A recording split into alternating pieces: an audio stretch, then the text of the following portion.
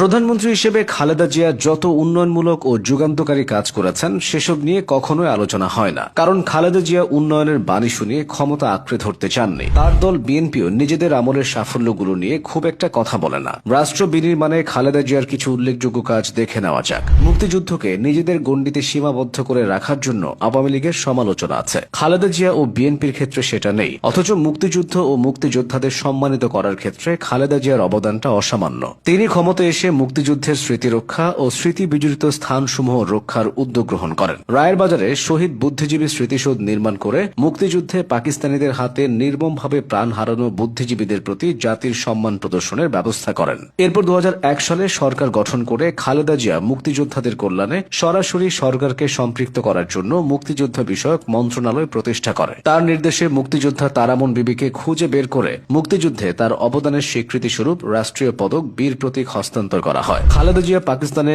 অসম্মানিত অবস্থায় পড়ে থাকা মুক্তিযুদ্ধের বীর সৈনিক বীরশ্রেষ্ঠ মতিউর রহমানের দেহাবশেষ বাংলাদেশে নিয়ে আসার ব্যবস্থা গ্রহণ করেন। এবার আসা যাক অন্য প্রসঙ্গে। 3 দফায় সরকার গঠন করে বেগম খালেদা জিয়ার নেতৃত্বাধীন সরকার রাষ্ট্র পরিচালনার ক্ষেত্রেও বেশ কিছু গুরুত্বপূর্ণ সিদ্ধান্ত নিয়েছেন, যেগুলো এদেশের রাজনীতির ইতিহাসে মাইল ফলক হয়ে থাকবে। সংবিধানের দ্বাদশ সংশোধনীর মাধ্যমে এবং ত্রয়োদশ সংশোধনীর মাধ্যমে নিরপেক্ষ তত্ত্বাবধায়ক সরকারের অধীনে জাতীয় নির্বাচনের ব্যবস্থা গ্রহণ এসবের মধ্যে অন্যতম।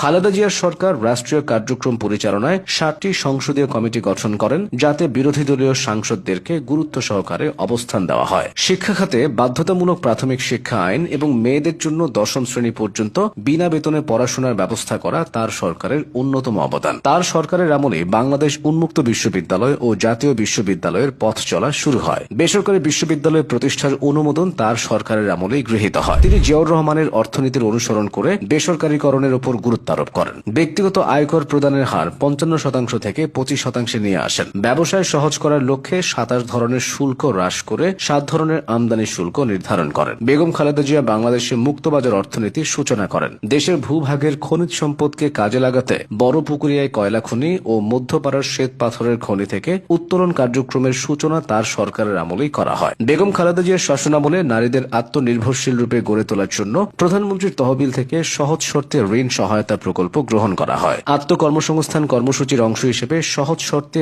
ঋণ সেবার সহায়তায় তিনি আনসার ভিডিপি ব্যাংক প্রতিষ্ঠা করেন। স্বাস্থ্য খাতে সমস্যা ও সংকট নিরসনে তার সরকার সমূহের কার্যক্রম সুবিদিত। প্রতিটি উপজেলা স্বাস্থ্য কমপ্লেক্সকে 31 থেকে 50 শয্যায় উন্নীতকরণ এবং জেলা কমপ্লেক্সকে 100 থেকে 250 এবং 50 থেকে 100 শয্যায় উন্নীত করা হয়। দেশের শতকরা 90% মানুষের জন্য তার সরকার সুপেয় পানির ব্যবস্থা করতে সক্ষম হয়। বাংলাদেশে টেলিকমিউনিকেশন খাতেও খালেদা জিয়ার অবদান অনস্বীকার্য, কারণ তার সময়ে সেলুলার ফোন ও আইএসডি ফোনের সূচনা হয়। অন্তত 3 লক্ষ টেলিফোন সংযোগ চালু করা হয়। বেগম খালেদা জিয়ার সরকার 330টি উপজেলাকে বিদ্যুতায়নের আওতায় নিয়ে আসে। উপকূলীয় এলাকাগুলোতে 1000-এরও বেশি সাইক্লোন সেন্টার নির্মাণ করেন। ধর্মীয় সম্প্রীতি প্রতিষ্ঠায় বেগম খালেদা জিয়ার সরকার প্রবল গুরুত্ব দেয়। তার সরকারের আমলে এদেশে অসংখ্য মসজিদ, মন্দির, ঈদগাহ এবং অন্যান্য উপাসনালয় নির্মাণে সরকারি তহবিল থেকে অনুদান প্রদান করা হয়। ঢাকার আশকোনায় হজ যাত্রীদের সুবিধার্থে একটি স্থায়ী হাজি ক্যাম্প প্রতিষ্ঠা করা হয়। এছাড়াও তাবলিগ জামাতের বৃহৎ সম্মেলন, বিশ্ব ইজতেমার জন্য টঙ্গীতে অতিরিক্ত 300 একর জমির বন্দোবস্ত করে